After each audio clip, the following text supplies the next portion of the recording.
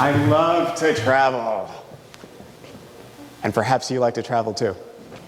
There's just something about having new experiences that I just find so captivating. I want to go out. I want to see things that are different, encounter new people, new things, new foods. And the great thing about making a home here in Philadelphia is the fact that I get to discover this city for the first time as a visitor, every time, 3 years into the process. And I'm looking forward to visiting all sorts of neighborhoods. This is a city of neighborhoods, and how grateful it is that we are part of that city.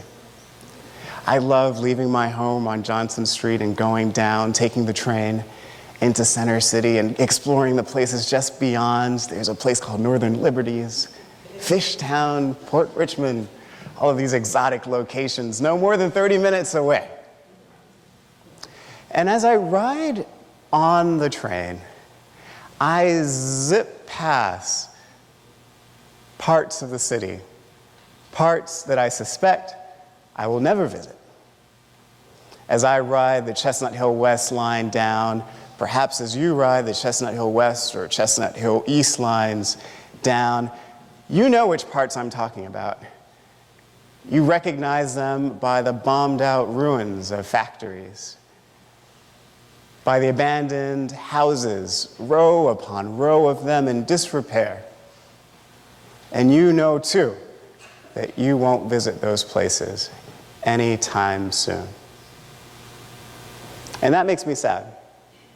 That makes me sad, and I hope it makes you sad too, or at least pause. There are whole sections of this city that are out of bounds. And out of bounds is a prison term. It means a place that is off limits. In fact, if you ever visit a prison, there'll be lines scrawled on the floor, painted, that say out of bounds. Do not cross. There will be consequences, and they will be severe if you trespass these boundaries. We are in a prison because we have places that are out of bounds. Now, if I told you that we were living in a prison, you might think, no, this isn't a prison or a prison state. And if it were, you would want to leave it as fast as you could. Who wants to be behind bars? Who wants to have their movement limited, to be surrounded and monitored by jailers, to be shipped away to an isolated place surrounded by razor wire? No one wants that. And you might think that, no, this is just a place in your imagination, Daniel. No, our lives are not like that at all. But here are other ways that we are imprisoned. We are imprisoned by the fact that no matter where we go, even here, that there are hidden cameras tracking our movement. We are being tracked by our cell phones and our Fitbits and the range of computers and tablets that monitor our precise location whenever we log onto them. We are tracked on social media, where every picture that we take, every click that we make, instantly communicates our precise location in time and space, 24 hours a day. I've never been a conspiracy theorist, but perhaps we might take on the understanding that we are imprisoned by all of the evidence that seems to suggest that we are. Now, anyone who monitors me would be bored to tears, I think. It would just be one epic log of back and forth, church to home, a mere 500 feet apart. It would be an endless stream of contrived cat pictures and obscure tea references and an occasional gem of spiritual wisdom posted on Facebook. But we are living in a prison state, and I mean something entirely different and deadlier. Our actual prison is a spiritual one. It's one without walls and without electronic surveillance. It is one that is created and sustained by us by a fear of violence in the world and in our community. And the proper name of this prison is called unforgiveness. We would see it written on the gates. This prison is surrounded by a wasteland, and it is a hot desert that dries up all human potential and makes meaningful relationships impossible to have. And we can't expect to grow in a place like that because we are always confined in it. This prison is sustained by fear, real and imagined hostility, chaos. Now, many documentarians, people like Michael Moore, have gone to great lengths to show that violent crime in this country, especially in the cities, has gone down tremendously from a generation or two ago. And even though fewer crimes are occurring in our cities and around the country, the way that they are reported has increased exponentially. We have the 24-hour news cycle, and in order to make the 24-hour news cycle interesting, you have to tell a story, sometimes the same story, over and over again, shocking us with the same horrific stories every hour on the day. And the social media that we spend so much time on does the very same thing. Pictures are beamed to us instantaneously, capturing these moments of terror and sadness. Frightful events are happening all around us, but they're happening at a far fewer rate, but we're hearing about it over and over and over again. It's the kind of thing that would make you want to take a social media Sabbath. And many people are doing just that, creating a movement where they are avoiding the fear-mongering that takes place online and over the airwaves. And perhaps you might consider, too, taking a Sabbath from the bad news. Until fairly recently, the boogeymen that were created by the news industry were often described as shadowy figures from the lower classes, drug users, drug pushers, inhabiting the inner cities, members of dysfunctional and broken families, female-headed households. Oftentimes, and we know this, these were code words for Black or African Americans. People who inhabited the ruins of the industrialized parts of our cities and country, places like North Philadelphia.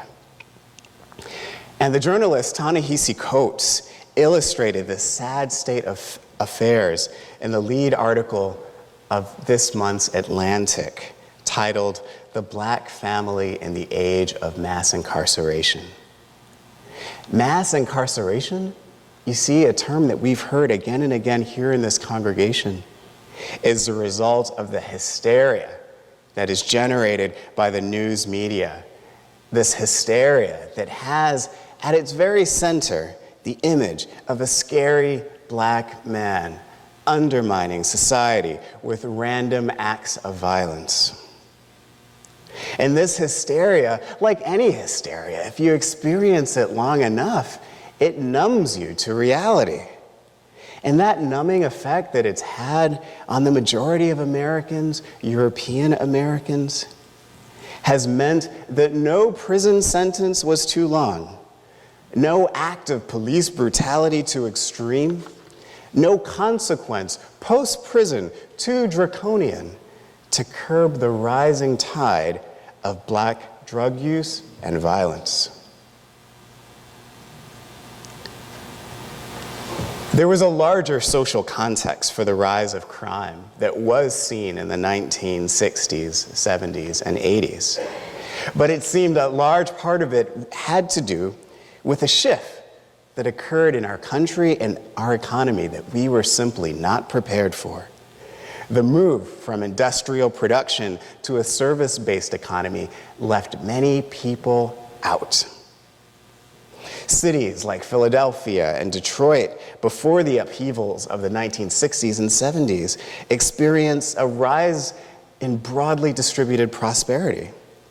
The majority of the population of those places working in the factories that allowed them some disposable income to support the shops that lined the avenues and boulevards. But the rug was pulled out from under them when industrial production was moved overseas. And that left many, many people behind with nowhere to go and nothing to do. And of course, we all know that the black populations were hit especially hard by this, coupled with racist housing policies, health policies, and educational policies that continue to undermine these communities to the present day. And the unholy solution that Mr. Coates illustrates, and that we know, is that people were relocated en masse from cities to prisons. And these prisons are often located in rural and mineral-rich parts of the country where the raw materials that once fueled the engines of our factories, where they went. And in these rural parts of the state, some of which I've visited, the local whites in this area, in these areas, their only interaction with people of color is in a one-down relationship, jailer and jailed relationship. We've created this prison state, a society of people brought together by fear. And we have a role to play in ending that relationship. You see, people have been, until recently, sent to prison for longer and longer periods for smaller and smaller infractions. And poor and fragile families, those that are left behind, are made to suffer a double punishment. And those who come out of the prisons are punished even further. These ex-convicts, or returning citizens as we have been taught to call them, are often doubly jeopardized. The work that happens here in this congregation through the Coalition of Mass Incarceration has shown us that when folks come out of jail, they are denied access to basic things that might prevent going into jail in the first place. Things like food stamps and public housings, and even the right to vote in some cases is taken away from them. All of this is a cycle perpetuated by fear and fear-mongering that justifies these draconian approaches. Now, many of us in this room are already familiar with these facts. Again, because of the hard work of people like Marietta Tanner, Kay Weiser, Nancy Anderson, and church friend John Dye Harrell, and others, many, many others. But what you might not be familiar with is the way that forgiveness and the restoration that comes from forgiveness can help us to create a society where returning citizens are treated with their full and human dignity, and where our full human dignity is also restored in the process. We in this room need to be forgiven for the role that we play, complicit in a system rigged to jeopardize the lives of Black and brown people in this country. And it's a hard thing to say, but all of us play a part in this through our social location, through our spending habits, our voting habits, and more often than not, through our sheer silence in the face of ongoing injustice. We can do more to create the world where the inherent worth and dignity of every person, including those who have made mistakes and acted out of desperation and have served time to amend for their crimes, where their rights and dignities can be upheld. You see, the disparities that we observe every single day are evidence of this overwhelming wrongdoing that is taking place. And the result has left us with ruined cities, hemmed in. And it's created prisons for us by creating places that are simply out of bounds, places that remind us of the stark and clear boundaries between those who have and those who have not. And we are separated by fear, And it's the fear that leads to violence, not the other way around. Now, it's almost irrational to say that peace, the peace that we all seek in this world and in our society, could begin with forgiveness. It's counterintuitive. But at this point in our evolution, it's the only thing that we have left. If we continue as we have been by scapegoating certain parts of the population, by applying this eye for an eye, tooth for a tooth methodology, we will continue to go nowhere fast. In our system of logic, wars are supposed to bring peace, punishments are supposed to establish order, domination assures material progress, subjugation keeps the family in proper order, blaming brings peace. But we know that that is absolutely false. And continuing to apply those methods creates deserts without end. If we ever have any hope for peace among communities and within communities, if we ever hope to have peace among races, nations, sects, religions, it has to be built on a foundation of forgiveness. The writer Robin Kasarjian describes forgiving groups as groups that see beyond perceptions and beyond hostile imaginations, that sees individuals anew. Let us see individuals and communities anew. Let us step out of the worlds created by hostile imaginations, by fear-mongering. Let's turn it off. The war on drugs, mass incarceration, the achievement gaps, these can only be resolved through an encounter with the other and on terms of forgiveness.